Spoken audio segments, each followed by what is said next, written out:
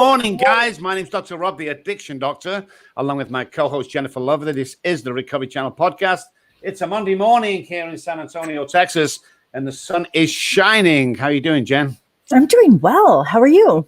I'm good. Talk to me about your weekend, because I received some beautiful photographs. Well, I've got to admit, the most beautifulest one, is that a word? Beautifulest one is of you and your beau. Oh, yes. We Beautiful. we went for a hike up in the backwoods here of Sedona, and it was gorgeous. It was fun. It was beautiful. It's every hike offers a different experience. So we're just really enjoying ourselves. Beautiful. Give me one highlight for the weekend. Ooh, one highlight. I'd say going on that hike yesterday was a big highlight for our weekend. Yeah. What about you? Biggest highlight for me, I must admit, was putting my Bulldog stickers on the Bulldog car. Oh, I love that. To the disgust of my wife, Janet. She thought I'd buy one. I've actually bought 20. She's only let me stuck 6 on so far, but she doesn't know I have some coming later. That is so, like, can we talk about what that in terms of an American and having stickers on the back of your car? Like, I don't know. Like, it's like a bullhorn. You're trying to tell everybody what you think. Yes. Now, I would never have any stickers on my car. I want to put that out there because I think they're stupid as well. They're not called for, but the bully car. Well, okay. I'm going to be honest. Listen, okay. I'm going to be honest now. I hope there's not. Oh, God, there's a lot of people listening. Okay. So I don't like stickers. I won't put on my car. My car's amazing. It's like, phenomenal. But, oh, God, I can't believe I'm going to say this. So the reason I put this. Can I say this? I don't know whether I can say it. You can say it. Come on. The reason why I put the Bulldog stickers on the car, so that everybody know I'm not driving a 10-year-old Volvo, and it really is a dog car. Oh, look at you. Isn't that interesting? Knob, yeah. You knew that already. I think that was the leading question into that. It's like, damn it. You can't get anything past Jen, guys. I'm telling you, psychologically, it's a nightmare for me. I can fool everybody else, but I can't fool Jen. Darn it. Oh, I love it, though. I love it. It's so fun. It is. We took it for our first service, and everything was good. So I'm really pleased with it. I'm pleased we got it and all that stuff. So it's all good. I know what you're thinking, guys out there. Who's on the show today? Phil Cain is on the show, originally from Manchester, Wythenshawe. Well, probably about 4 miles from Moss Side. Moss Side is a bit like Beirut with lights, in case anybody wants to know where it is. Wythenshawe is a little bit better. It's beautiful around there. Spent many a time in pubs around there, drinking and having a great time. So, a kinfolk from Manchester. So Phil Cain will be on the show right after this, guys. Stick around.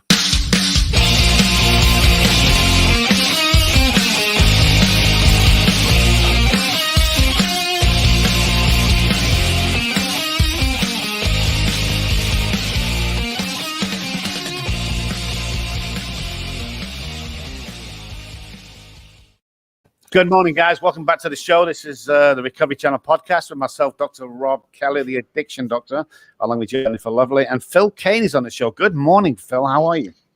Good morning to you. Yeah, I'm good, thanks. Yeah. Good. Good morning, Phil. Are you standing? I'm standing, yes. It's a long story, but this is the way it ended up, and I don't want to move anything now just in case it breaks. I love that. I love that. It's like kind of like holding that antenna so you continue to get the reception that you need. Exactly. Oh, true. So let's go right into it. So when we were talking on the back end of this, I was making assumptions that you were some kind of alcoholic, and that was not true. So talk to me about what got you excited and interested in writing this book. Well, I'm a journalist. I think Rob mentioned that I'm from Manchester, but I'm actually living in the southeast of Europe, and I'm here because I wrote about former Yugoslavia, which is obviously a troubled region in the recent past. And I guess that's what journalists tend to do, is sort of gravitate towards areas which have problems, interesting problems, or complicated problems which people don't really understand too well. And alcohol ticks a lot of those boxes. So when things sort of quietened down in Yugoslavia, I thought, well, maybe this is a chance to try something else, and maybe something broader and more sort of universal. And I think alcohol, again, that fits. Alcohol fits that description very well. Interesting, very interesting. Talk to me about your early days, because obviously we're both from Manchester, or Greater Manchester, should I say.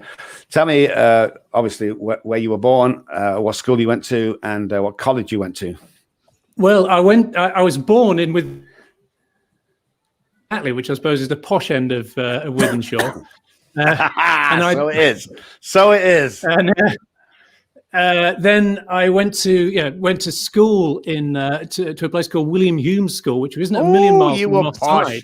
You were posh, man. Yes, exactly. We used to walk in fear from the likes of Dr. Rob Kelly. Exactly. Yes. Wow, that is a great school, by the way.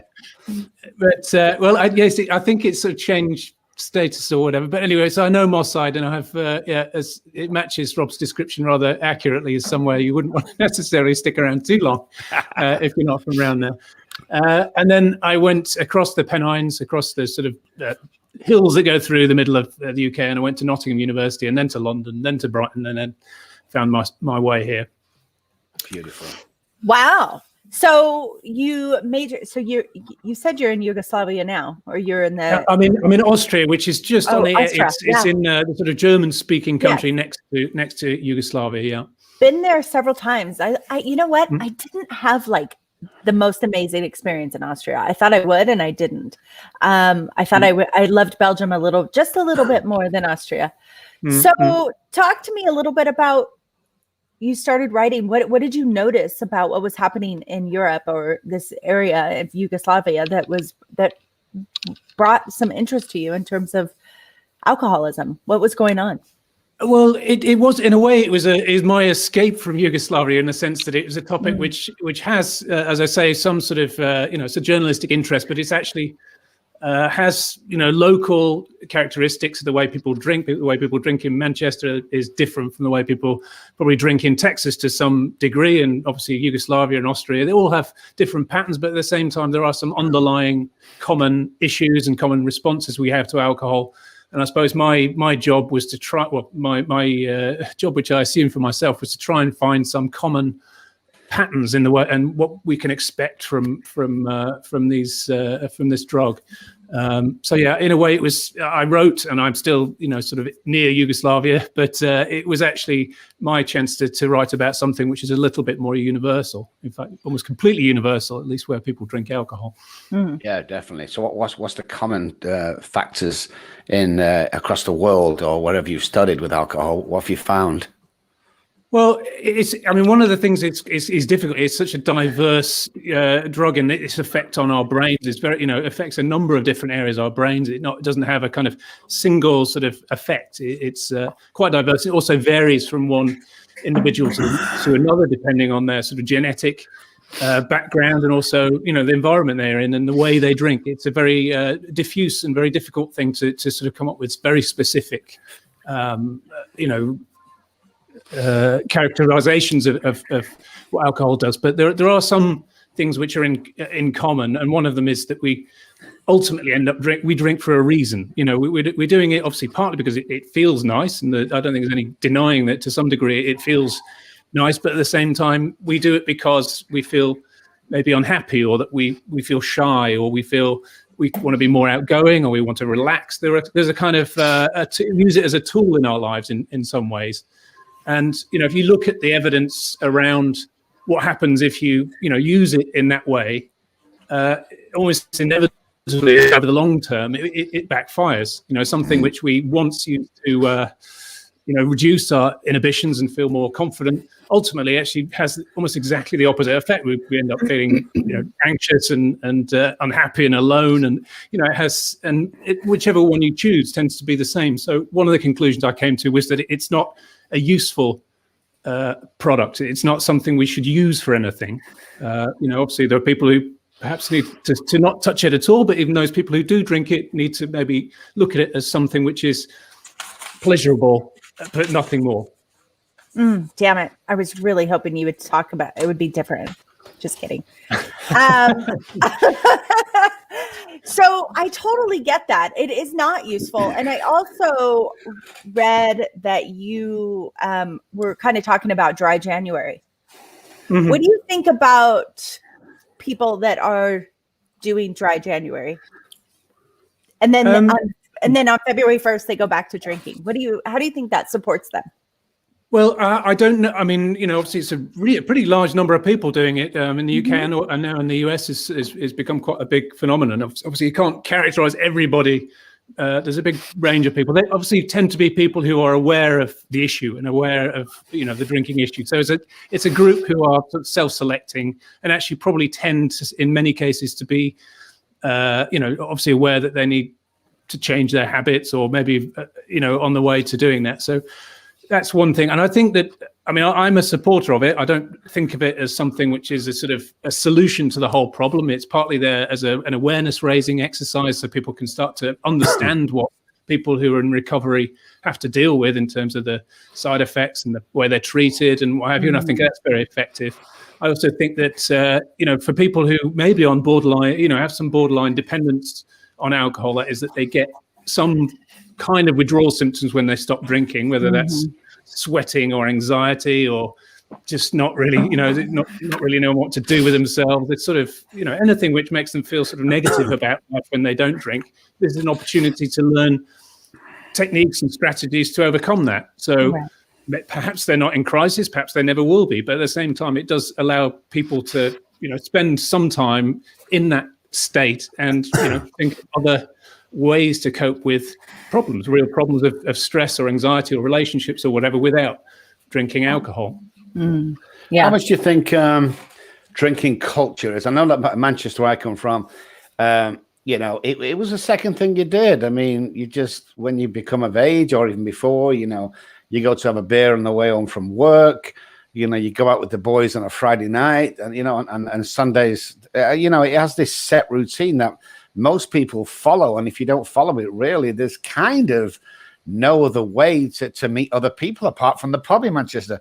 Do you see that's a change from like Austria, where you are now, to Manchester, to other regions of the country? I mean, how does that differ?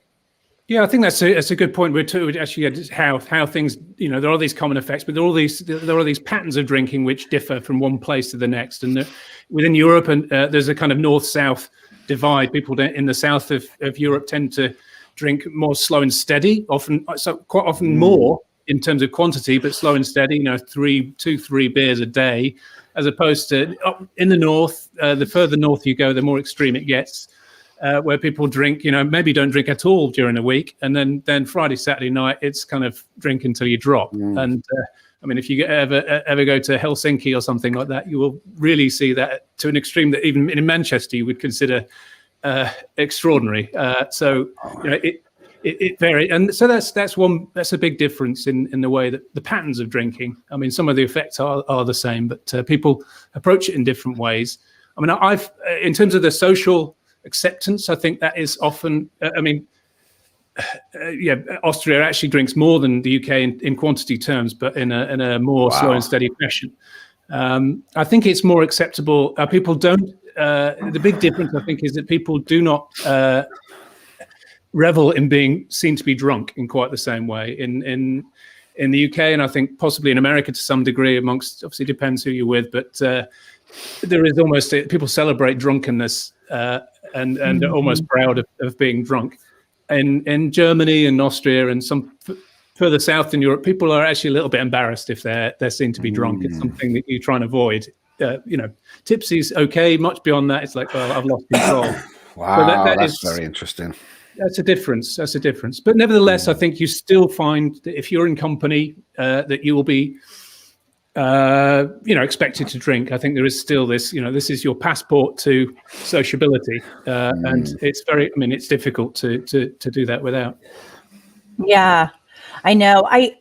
I had some friends that were from Manchester, and they would love to walk around saying, "I'm just pissed out of my mind, lovely. I'm just pissed out of my mind," right? Like it was like very proud of that. You seem to be a bit of a magnet for Mancunians. I don't know. It's,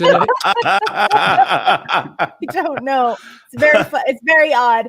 So I'm really curious because, Italy, France, there's a bottle of wine on the table, doesn't matter where you go. It's part of what you do. It's part of the culture. And even young kids are, having a glass of wine at dinner. So did you study any of that effects and how that, like how it works out later on in life? Do they become big drinkers, alcoholics, or any of that? That is a pronounced effect. And I mean, France is really very interestingly sort of north-south. And you also even see this in North America as well. There's a north-south thing. I don't know, nobody knows why. Maybe it's the sun. But France is sort of halfway between the extremes of Finland and Italy. Italy, really, by many European standards, they hardly drink. They drink very little. They drink less than the on the whole. I mean, they were talking about averages here, obviously. I think, in terms of talking about the drinking when you're a youth or a child or, sort of 10, 12, it's something which is associated with problems later on. And that's a pretty universal statistic that you acclimatize a young brain to alcohol and prime them in some way to have alcohol. This is statistically speaking, more likely that those people are going to have alcohol problems later in life. And as far as I know, that's just a human thing. That's just because their brain has kind of learnt in some way that this is something they want or they can consume. So that's a bad idea. I mean, this is not, there is no good positive evidence for teaching your child to drink properly young. This is actually you're teaching them a bad habit. You're much better off leaving it till later. Interesting. Very, very interesting. I love that. Guys, Phil Cain is on the show, originally from Manchester, over there in Austria now. A quick quiz question, and then we'll go to the break and message me if you have the answer. We'll send you some goodies, including a mug. Which famous actor was born in Graz, Graz, in Austria? Which famous actor was born in Graz, near Austria? And Phil can't answer, but we'll be right back after this word from our sponsor.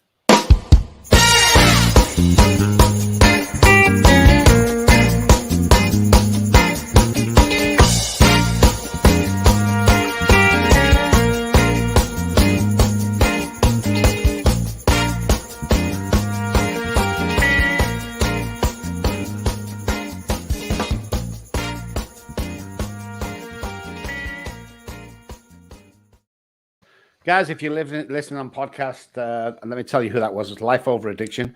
Lance Wright is a transformational life coach. Let me help you navigate your life's path back to one of purpose and meaning, he says. The chain of shame and guilt no longer have to hold you back.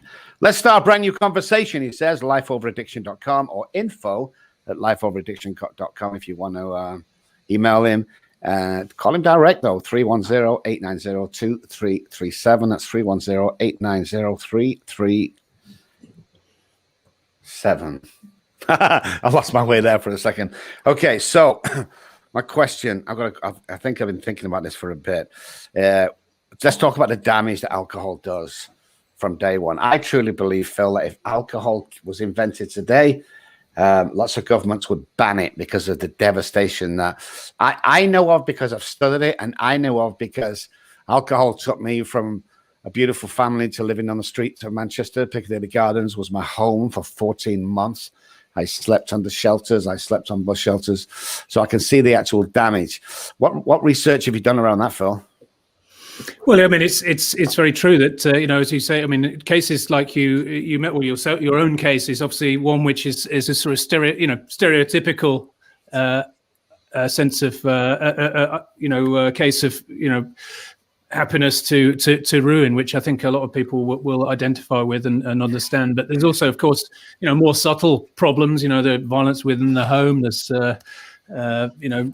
damages to our physical and mental health. There's a whole, again, a bit like the effects of alcohol in its direct effects on the body within society, has lots of disruptive and disturbing effects on the way we live. It's almost impossible to find an area which it can't touch. I mean, this is not to say that it's often a percentage, a sliver of cases, but it's over a very broad range of areas of our life. And as you say, it's something which, if it were, it wouldn't be licensed for sale as a medication, which is, I mean, in a way, like I say, it's not a useful thing. It's not something which we should look on as useful or life enhancing in the way that obviously we're encouraged to by marketing. So.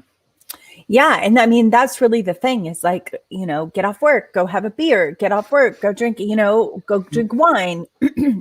And then there's a whole culture, and I'd be curious to see what it is in Europe, but of mommy needs her sippy cup too.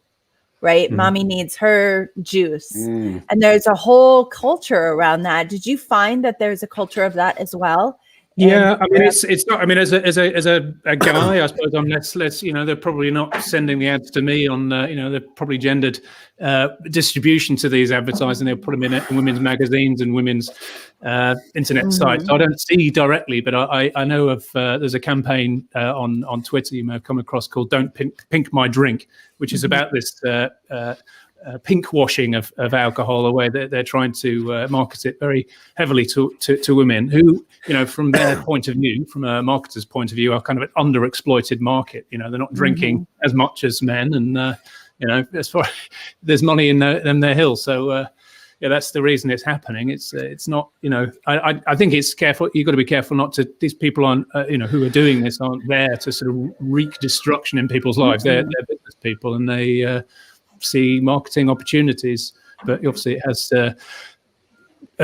challenging consequences for people who are susceptible to this marketing, like you say, the mommy juice thing, which is almost explicitly saying to people this is a way to deal with everyday stress, right. Which it definitely isn't. So it's the way to make everyday stress possibly into a horrible life-changing crisis. So yeah. Right. And it talks to us moms and to the children about, hey, this is how you deal with being a parent, and being a parent pretty much sucks. And this is hard. And so therefore we need to drink. Right. Yeah. Yeah. And I think it's quite pernicious in the way that it attaches itself to our, gender identities and family roles. It's, it gets very deep inside our sort of sense of self, and obviously in groups of women, I don't know, but I imagine there is sort of peer pressure to join that sort of group who are drinking, or maybe these days on Zoom, or in the old days around a kitchen table or something.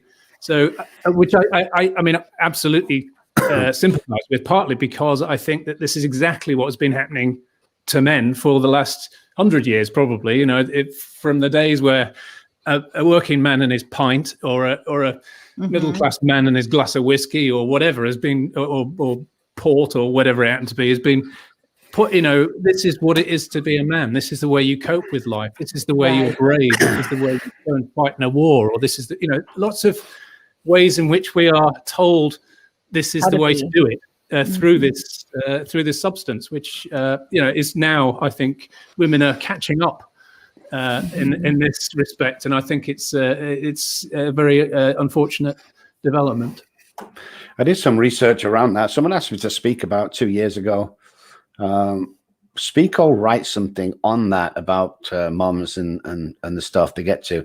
It was absolutely staggering, the research we did. I mean, it's something like 80% of moms are meeting, socializing, lunchtime on play dates, and if they're not doing that and driving, they're popping pills. I mean, it was a whole new thing that I was just absolutely amazed at, because back in the day, I mean, the percentage of drinking out, that went wrong, alcoholism and alcohol abuse, was about 80-20 in favor of men. But it's kind of, it's well, regarding the topic we're talking about, it was something about 80-20 towards women, with the stuff they get into, which was just, phenomenal. Do you think the government's doing enough, Phil, around alcohol? Well, government, it depends. If we're talking about our homeland, I don't know about American regulation. It's a complex and state, there are lots of many levels which I don't claim to understand. In the UK, a lot of the regulation, at least around the marketing of alcohol, is done through self-regulation, which is arguably a bit of a kind of a contradiction in terms. And if you ask, a fox to manage a hen house, it doesn't do a really reliable job. Yeah. And there are questions, let's say, to be asked about how things are regulated and what's allowed through and accountability and so forth. This is it's almost. I mean, as I say, I've looked at this I'm still a little bit shocked about this, just the structure. I mean, I'm not that surprised that the structure doesn't work, because if you look at a structure like that, it's not going to work, is it? But yeah, this is where we are. No, unbelievable. Guys, I want to say thank you to Jeff, Peter, and Colin, who just messaged me. The famous actor from Graz in Austria is Arnold Schwarzenegger. I'll be sending a book out to you guys, and one from Jen. But thank you. You're all yours, Jen. Oh, thank you. Sorry about that. My internet, it went away. It happens. Yeah. You should try standing up. Yeah, that's what it is. I need to hold my little my internet in my hands like that. So it's any way it works for me. Yeah. So, getting back to this whole culture thing with alcohol and being a man and what it is to be a woman, what did you find? Oh dear. Jennifer's point of view from this, in terms of, can you hear me? You're looking at me. No, you stop for a second. If you just repeat that last bit, maybe. Yeah. Okay. Sure. So, did you get into the psychological effects? Absolutely. I mean, just to backtrack a little bit, I'm trying to talk. I think the common thing between the male and female advertising is often that it's done on the basis that it's an empowering thing. They talk about this torch of freedom, that if by drinking you join the sort of elite bunch who throw off the shackles of convention and do their own thing. And I think this is, as you said, it's down to a psychological effect that alcohol has on us, which is basically a disinhibiting effect, which is what makes us, feel like we can suddenly dance like John Travolta and talk to anybody in the bar and entertain them at every level. And it's obviously, we're laughing because it is funny to some degree, we genuinely feel this effect of liberating effect. But I mean, in reality, if you sort of step outside the individual, of course, the funny part of it is the fact that that this is really not the case. You're actually not dancing like John Travolta, and you're not actually quite as funny as you maybe think you are. So it's actually a bit of an illusion, and quite a funny illusion, but it's one which we have to accept, and it's not a liberating experience, whether we're a man or a woman. By essentially, sedating ourselves, by disabling key parts of our brain, we are not giving ourselves more ability to run our lives or to make good decisions or decide who we're with or decide what to do next or what happens tomorrow. So I think you've got to be a bit real about, being liberated or being autonomous is not necessarily fun. It's not necessarily, I mean, it can be, but it's having all your faculties at your disposal is what makes us as liberated and sort of autonomous as we can be, rather than just feeling, this sense of disinhibition. Yeah. Does this mean I have to throw my white suit away, Phil? I remember the days I'd be in a pub or club downtown. All right, I'm just going to keep that. Well, I'd go for it. I mean, I think the real thing is, and we talked about how in our the Mancunian culture, and I think probably basically the UK as a whole, we have this culture where when you're a teenager going out, you drink, and drinking is the only way you often have to achieve this state of carefree disinhibition. But the reality is, and I think probably people who stop drinking, after they're out of that phase of life, discover this is simply not true. It is possible to dance like John Travolta, and try your hand at being funny or whatever it is you want to do, and you can do that stone cold sober, and you can probably do it a whole lot better stone cold sober. Yes, and this is the truly liberating thing is realizing that you don't need this artificial disinhibition to lose to deliberately trust yourself and trust your skill or trust your audience, and do it as sober as a judge. So. That's what happened to me when I first went for auditions and stuff. The band, I was a musician by trade, really, thrown on stage at an early age. But when I found alcohol at the age of 9, it was just like, oh my God, I can do this, I can do that, and do this. And what people don't know is, like you said, first of all, you can do that on your own. You don't need any false courage. Secondly, alcohol's a depressant.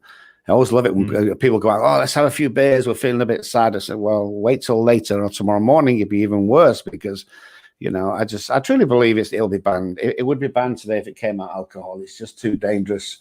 It's too, it's killing too many people. I mean, you said before, I just got a message through on Facebook, it said, Phil said that it damages all parts of the body. How can that be? And we have to look at, okay, let's start the feet. Gout. Oh my God, gout is terrible. Let's look at the legs. Ever had DTs? The central nervous system, the stomach, we got ulcers. We got liver damage, heart failure in the chest, all this stuff going on, never mind psychologically and neural pathways and neurons and synapse and all that stuff that goes with it, all then stop firing in the correct way. And it dulls the central nervous system down, and therefore the brain. And that's when we lose control of what we're doing. So, yeah, it damages every part of your body, It's crazy the damage we do, but we don't look at it. It's just like, oh, let's go out and drink with the boys, or hey, mom and dad's going out, we'll go with them, or let's celebrate a birthday. Let's celebrate in Manchester. Let's celebrate anything. Oh, do you know Jimmy? Do you know his uncle's auntie? Oh, they just got a new job. Hey, cheers to them. Off we go again. It's crazy, absolutely crazy. So the psychological damage is what we should be looking at. But, and here's the interesting part, what about childhood trauma? Have you found that childhood trauma plays in to alcoholic traits and alcoholism as a whole and abuse? Yeah, I mean, I know. I have to say, I didn't. I looked at the associations between alcohol and depression, alcohol and post-traumatic PTSD, post-traumatic disorder, and there is a very strong correlation between them in the overlap between these conditions, and also the length of time it might take to recover from traumatic or difficult experiences. So that there is an undoubted association. I'd also argue that if you drink very heavily or whatever for a period of time, you are going to have traumatic experiences. I mean, if anybody's ever had a horrible hangover, that's pretty traumatic. And you have that, and you've been in a fight the night before, or you've had some consequences of your drinking. This is another traumatic experience. So I suppose if that goes back to childhood trauma, absolutely that will obviously feed into this sort of cycle of self-soothing that might happen. But at the same time, I think there are probably people out there who really don't have many deep psychological traumas from childhood, but still they're traumatized from what happened this weekend or what happened the week before, or the job they lost because of what's going on in their life. So I don't think it necessarily takes very much. The pain and the withdrawal symptoms of alcohol are in themselves extremely uncomfortable, or can be, and to get rid of that is a very strong drive. I mean, who wants to spend 6 months, with your nerves shredded? I mean, this is a big problem. So. I love that. Yeah, it is a problem. And, I'm one of the things that has happened over in the United States is that and I want to make sure I preface this and say that I'm not politically stating one way or the other, but there is an immense amount of people that have been traumatized by Donald Trump and his presidency based on how he went about his business, how he tweeted, how he did his whole life, right? And so alcohol, because of coronavirus and the fact that they felt traumatized by this man, in the United States, alcoholism has gone up, drug dependency has gone up, increased. We've had more, more addiction. We've had more people die of an addiction overdose. And so what was going on inside of Yugoslavia or that region that has them using alcohol, or is there anything, or do you know? Well, as I said, I didn't specifically write about alcohol in former Yugoslavia, but I mean more generally, I think that we are impacted by the goings on around us and coronavirus and political upheaval. I mean, we've got Brexit in the UK and whatever. I mean, basically, arguments constantly happening about terribly profound sort of political problems is not a great backdrop for anyone. And if you're inclined to to use alcohol to overcome stress, this is going to encourage you to do so. So I will without whichever whichever side of the political spectrum you're on, it's still a division of that kind is distressing. So and in former Yugoslavia, I mean, of course, that was a country which was torn apart by absolutely horrific division and murderous division. So no doubt there is similar sort of patterns going on there as well. Yeah, generational trauma stuff there for sure. Tell us about your books, Phil. Where can they find them? And I know you got 2 books on there. Just let me pop it up for the guys who are watching. And you got Alcohol for Nerds and Alcohol Companion. I have this one, which is my first book, which is it's now 4 years since I published it, and that's you can get that on Amazon. It's basically the kind of scientific survey that I've been drawing a lot of what I've been saying from. You'll find a lot of the facts and figures that back up what I've said there. And then subsequent to that, from 2016 until now, I've basically been processing a lot of this background research and applying it to everyday life myself, trying to get my head around it. And some of the comments I've made have been sort of come of that experience. I'm on Twitter or what have you. And so I published a thing called Alcohol for Nerds. You probably see I probably match that description. I suppose I'm trying to get the sense that it's trying to take a sort of considered approach to the subject, try not to try and make sense of it and try and rationalize it where possible, and use the science that is out there, and there's a lot of science out there, and apply it to our lives to make ourselves feel better. So there's kind of a positive message underlying this. Yeah. And what do you want to leave our listeners with? What do you want them to know? Key points. Well, I think that, that actually, beyond all that we've talked about, lots of terrible problems with alcohol and difficulties. But I think, one of the most extraordinary things about this particular problem is the fact that, if the solution to it, just as Robert said, that, nobody would invent this. The solution is to not drink, or to drink within a very low level. And we say you can reliably expect better health. You can reliably expect a better mood, a better relationships with your family and friends, to probably get on better at work, to sleep better, to have more money. This is if anybody had a solution to such terrible problems, which costed a negative amount of money, you'd bite their hand off. The difficulties that we have in accepting that are really, sort of between our ears, and but we can change that. We're human beings, and we're actually cleverer perhaps than recent history has suggested. Excellent, guys. Phil Cain was on the show. Such an amazing guy.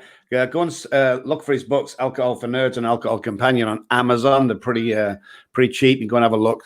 Just downloaded one myself. And of course, philcain.com. Visit his website.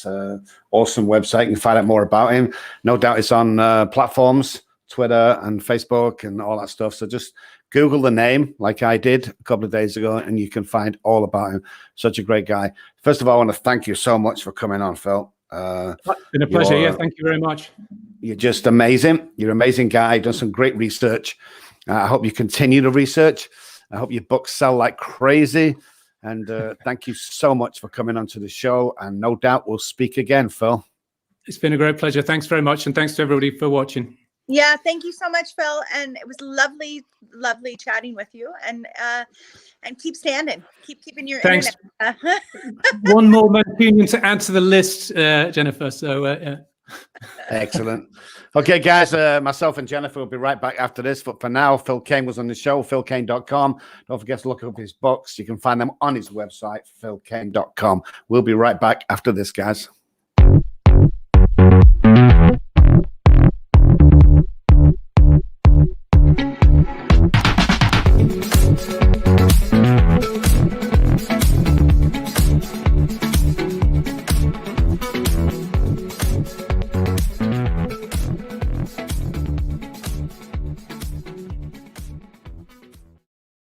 Hey guys, welcome back to the back end of the show. Myself, Dr. Rob Kelly, Addiction Doctor, along with Jennifer Lovely.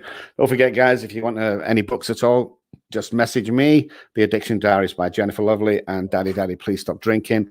The mugs are on the way. They'll be here soon. We'll be giving them out like crazy. And yeah, that was awesome, Jen. It's such in-depth coverage. It was really good to hear what it's always interesting when it's normie. It is that, yeah, definitely. I love that. Yeah.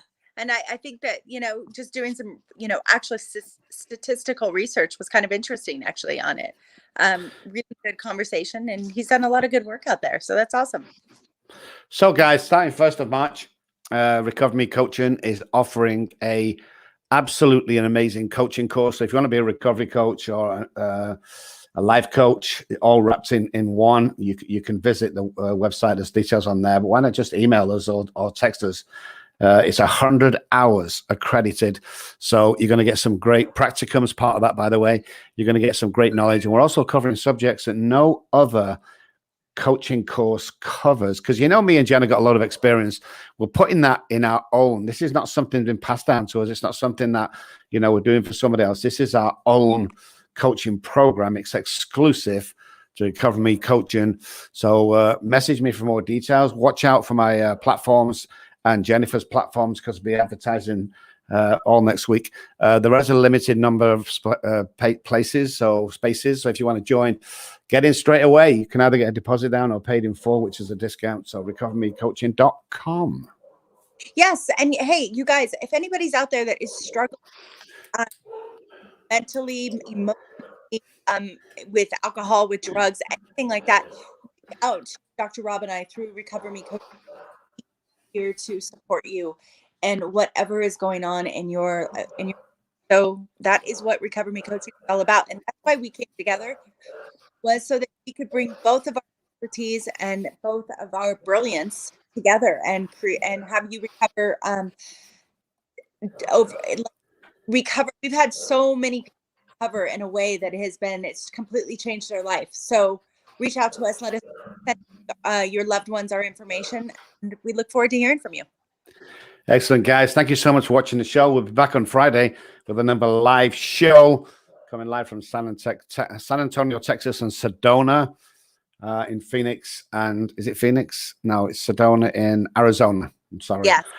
So see you then, guys. Have a fantastic week in between. And don't forget, empowered people, empowered people. Bye.